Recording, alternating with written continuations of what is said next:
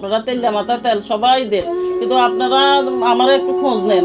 আমার নুন আনতে ফান্দা পুরো, আমি এই একটা পঙ্গু মানুষ নিয়ে, আমার এই ক্যান্সারের মেয়ে নিয়ে আমি কিভাবে খাই, আমি কিভাবে ওষুধগুলো চালাই। আপনারা আমার প্রতি সহায় হন। আপনারা আমার এই ভিডিওটা দেখেন, দেখে আমার কাছে আসেন, আপনারা আমার তথ্য নেন। আমার এখানে আমার অ্যাকাউন্ট নাম্বার দেওয়া আছে, আমার মোবাইল নাম্বার দেওয়া আছে, যদি পারেন আপনারা আমার হেল্প করেন। আমার প্রবাসী ভাইয়ের কাছে কই, আমার ছেলে সন্তানদের কাছে কই, আপনারা যেভাবে পারেন আমার কাছে আপনারা আসেন। আসসালামু আলাইকুম আন্টি। ওয়ালাইকুম সালাম। জি, কেমন আছেন? জি আমি ভালো আছি, আমার মেয়ের অবস্থা দিয়ে আমি ভালো নাই।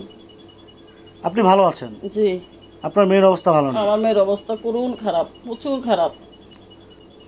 জি, আমি আল্লাহর কাছে শুকর আদায় করতেছি, আল্লাহ আমারে দিছে, আল্লাহ আমারে ভালোবাসে, ইল্লা আল্লাহ আমার মেয়েরে দিয়ে এত বড় রোগ দিছে। জি আমি জানি, আলহামদুলিল্লাহ আমি আল্লাহর কাছে প্রার্থনাই করি, আল্লাহ আমারে যা দিছেন আলহামদুলিল্লাহ আমি কই। এরপরও আমি একা চলতে পারতেছি না। আমার হাজব্যান্ড আজকে 10 বছর আপনার পা হারায় লাইছে অ্যাক্সিডেন্টে, আগে গাড়ি চালাইতো। এখন আমি দিন আইন না দিন খাই, এখন একটা অটো গাড়ি আপনার ভাড়া চালায়, আপনার এটা দিয়ে সংসার চলের টুকটাক করে আমি চালাইতে পারতেছি। আচ্ছা, আপনার হাজবেন্ড কিভাবে পাটা হারাইছে একটু সেটা বলবেন? আমার হাজব্যান্ড আগে বড় গাড়ি চালাইতো, আপনার রেন্টিকারের গাড়ি চালাইতো, ওই সময় আমার দিন ভালো হয়ে গেছে। আচ্ছা। এরপরে আমার পা হারাবার পরে আমার সংসার টুকটাক করি চলের, আমিও পাশের পাশে কাম করি, মেয়ের গরু টুকটাক করি করাইছি, করে চলের। এভাবে চলতে চলতে একদিন হঠাৎ করে আমার এই মেয়ে আপনার জিমি জিমি জিমি জিমি এই জায়গায় পরে, এই জায়গায় ঘুমায়, ওই জায়গায় ঘুমায়, বুঝতে পারি না ভিতরে ভিতরে কী হয়েছে, সমর্থ নাই আমার। আমি ডাক্তার দিয়ে টেস্ট করাবার পরীক্ষা করবো, হঠাৎ করে একদিন রাস্তার মাঝখানে পড়ে গেছে, গেটের সামনে যেমন পড়ে গেছে, অনেক আঘাত পাইছে। আঘাত পাওয়ানোর পরে এসে চিল্লাচিল্লি করে সবাই, কয়েকজনে কে কে কইতেছে। এবার আমার মেয়ে, আমি, আমার 2টা ছেলে আসিল, এটি যাইয়া দৌড়াদৌড়ি করে আনছি, আইনা আর চোখ খুলে না, একবার সাদা হইয়া গেছে। মানে সাদা হইবার পরে আমি খুঁজি কী রে, এত ফর্স হয়ে গেল কা, মানে বুঝতে পারতেছি না। ওই যে জাগো বাসা তো কাজ করে আইতাছে, হিসাবে সাদা হইয়া গেছে কি লেগে। এখন এটা ডাক দিলাম, ফোন দিলাম, কজি কী রে এমনি এমনি হইয়া গেছে। হ্যাঁ আমার কাছে এখন টাকা না, আমি ভাড়া মারতেছি। আমি কজি এমনি এমনি, হ্যাঁ বিশ্বাস করে না। এখন আইসি, আইবার পরে যাই দেখা যান, হ্যাঁ চোখ খুলতেই পারে না, চোখে খুলে না। এখন তাড়াতাড়ি করে আপনি ইয়াতে লইয়া গেছি, এই কাছের ফার্মেসির করতে লইয়া গেছি। এরা কয় আপনি রক্ত টেস্ট করতে হইব, ওষুধ বই এরা দিছে, কয় আপনারা টেনশন করেন না, মাথা পানি কাঞ্জি দেন, লেবুর পানি খাবেন, এটা খাবেন, এটা খাবেন, এটা কইতেছে। আমরা যাই করছি, আমরা তাই করছি। এখন তখন টেস্টগুলো দিছে, এখন টেস্টগুলোতে আপনার হেয়ার ব্লাড ক্যান্সার হইয়া রয়েছে। এখন ব্লাড ক্যান্সার হইয়া রয়েছে, এটা তো আর আমার মতো মানুষের পক্ষে সম্ভব নাই চিকিৎসাটা করাইবার। এখন আমি এই কথা কইবার পর আমি রান্না করে মানে লাগে যে আমার আকাশটা ভাঙ্গে পড়ছে মাথার উপরে। আমি কোথাও এগুলো তো আর আমার মতো মানুষের পক্ষে সম্ভব না। আমি কাজ করবো, কাজ করলে কিব, আমি কাজ করে কয় টাকায় পাবো, হ্যাঁ রিক্সা চালে কয় টাকায় পাবো। তো সেই এবারে আমি এবারে মানে পাগল হইয়া গেছি। এখন কি করবো, এই মেরে তো লইয়া গেলে আপনার লাখখানিকের মতন আপনার ধাক্কা হেসে আমি কি করলাম, আমার আরেকজনের তো টাকা আনলাম, সুদূর হয়ে টাকা আনছি, হ্যাঁ আপনি দিব না, এই টাকা আনি আমি আরে চিকিৎসা করাইছি। এই মহাখালী হাসপাতালে যাইতাছি, ওই জায়গায় ইমার্জেন্সিতে রাখবো না। এখন কি করবো, আরেকটা ডাক্তারের ফাঁপ ধইরা পইরা রয়েছি। হ্যাঁ কী করছে আপনার এবারে একদিনে রেয়া দিছে রাখার লাগে। এ রাখতে এমন আবার ডাক্তারের মায়া লাগছে, ডাক্তাররা কয় থাক, এই আইতাছে যাইতাছে, ডাক্তাররা দেখে আমাদের কান্তাকারীর অবস্থা দেখি ডাক্তাররা পাগল হইয়া গেছে। ডাক্তারের কাছে আপনারা টেনশন করবেন না।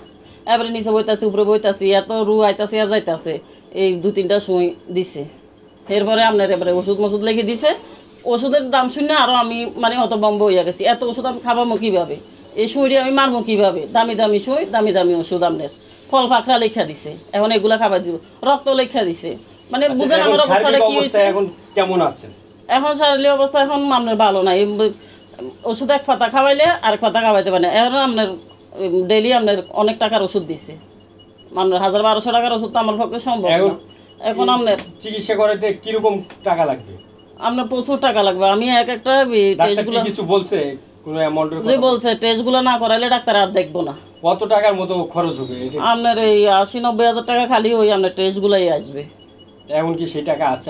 না আমার কাছে এই টাকা না, আমি যে সুদে টাকা পয়সা নিছি এগুলো আমি এগুলোর লাগে আমার মানুষের বাড়িতে। এখন আমাদের এই ভিডিওর মাধ্যমে আপনি আমাদের সম্মানিত দর্শকদের উদ্দেশ্যে কিছু বলতে চান? আমি দর্শকদের উদ্দেশ্যে বলতে চাই, আপনারা তেলিয়া মাথা তেল সবাই দেন, কিন্তু আপনারা আমার একটু খোঁজ নেন।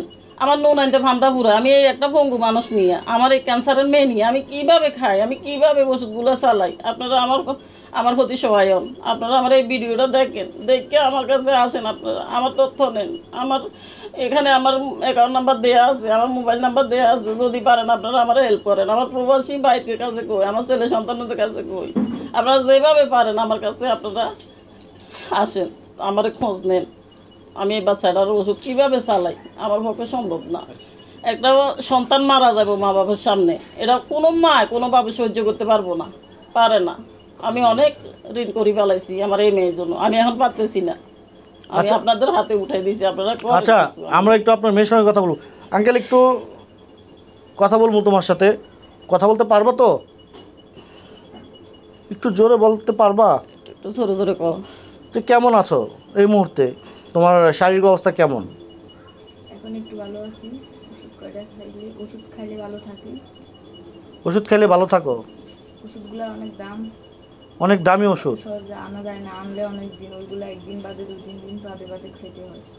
আচ্ছা, এখন মানে তুমি জানো তোমার কি হয়েছে? শুনছি আমার ক্যান্সার হয়েছে। শুনেছো ক্যান্সার হয়েছে? এখন এখন কি করবা, মানে কার কাছ থেকে শুনেছো?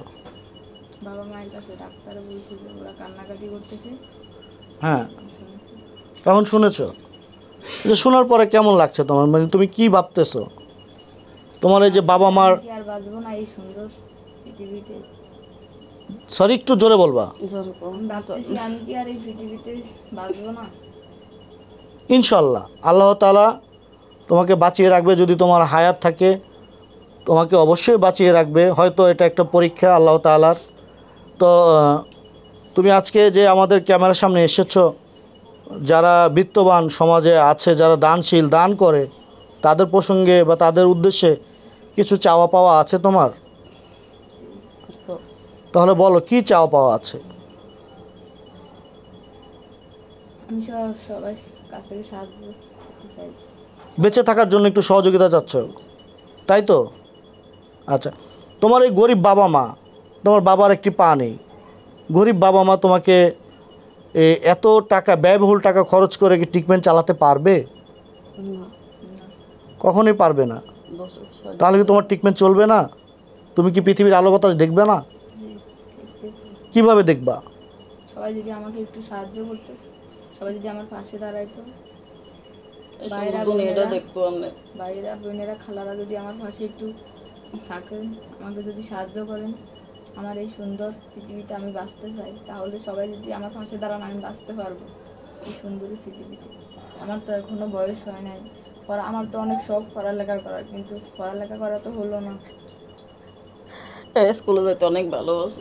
আচ্ছা আন্টি, জি, আপনার মেয়ে বলল আপনার কাছে থেকে একদম স্পষ্ট ক্লিয়ার করে বলল তিনি এই সুন্দর পৃথিবীতে আরও কয়টা দিন বাঁচতে চায় যদি সবাই সহযোগিতা করে। জি। তো সহযোগিতাটা হচ্ছে আসলে এটা মানুষের ব্যক্তিগত ইচ্ছা। যদি তাদের ইচ্ছা থাকে তাহলে তারা সহযোগিতা করবে, আর যদি তারা মন মানসিকতা ভালো না থাকে করবে না। এটা মানুষের একান্ত ব্যক্তিগত ইচ্ছা। যদি কেউ সহযোগিতা না করে আপনার মেয়ের ট্রিটমেন্ট কি আপনারা চালিয়ে যেতে পারবেন? সে অর্থ আপনাদের রয়েছে? আমার কাছে সেই অর্থ নাই। আমারা যদি হেল্প করে আমার প্রবাসী ছেলে সন্তানেরা, ভাই বোনেরা, আমি অবশ্যই ট্রিটমেন্ট চালিয়ে যেতে পারবো। ডাক্তার বলছে যতদিন বাঁচে এতদিন এর ওষুধগুলো চলবো, কিন্তু আমার এই পক্ষে সম্ভব না। আমি একা পারবো না, আমি পারতেছিও না। এই যে আমি কয়দিন ওষুধ খাবো আর কয়দিন পারি না। এই যে দেখেন এখনও আমার শরীরটা দেখেন পুড়ে যাইতেছে। এই যে দেখেন, আপনারা দেখেন এখন জ্বর মারমার করে যাইতেছে, একটু পরে বমি করে, একটু পরে বমি করে। আপনার গেডির রোগের ব্যথা করে, প্রচুর রোগের ব্যথা করে। হেসে আবার এই যে নিতেছি আনতেছি। আমি তো, আমার তো এত টাকা নাই। আমি তো একজন বাসায় কাজ করি, আমার স্বামীটা অটো রিক্সা চালায়। এটা তো সবসময় চালাইতে পারে না, কারণ এরা লইয়া দৌড়াদৌড়ি করতে হয়। আমি তো কিছু বুঝি না, জানি না, আমার শিক্ষা কম, এগো শিক্ষা আছে। এরা বুঝে জানে, হ্যাঁ লইয়া আমি যাই। আপনাকে কেউ সহযোগিতা করতে হলে আপনার সঙ্গে যোগাযোগের কী ব্যবস্থা রয়েছে? আমার ওই ফোন নাম্বারটা আছে যেটা দিছে। নাম্বার কি আপনি বলতে পারবেন? না না, আমার। আচ্ছা, আমরা ভিডিওর স্ক্রিনে নাম্বারটা দিয়ে দিতে পারবো? জি, পারবেন। আচ্ছা, তো প্রিয় দর্শক শ্রোতা, আপনারা যারা এই পরিবারটিকে একটু সাহায্য, একটু সহযোগিতা করবেন, আপনাদের কাছে চিরকৃতজ্ঞ হয়ে থাকবো। এবং আপনারা এই পরিবারটির পাশে দাঁড়াবেন, একটু সাহায্য সহযোগিতা করবেন, সে প্রত্যাশা নিয়েই কিন্তু এই ভিডিওটা করা। তো সকলে ভালো থাকবেন, সুস্থ থাকবেন। ধন্যবাদ সকলকে, খোদা হাফেজ।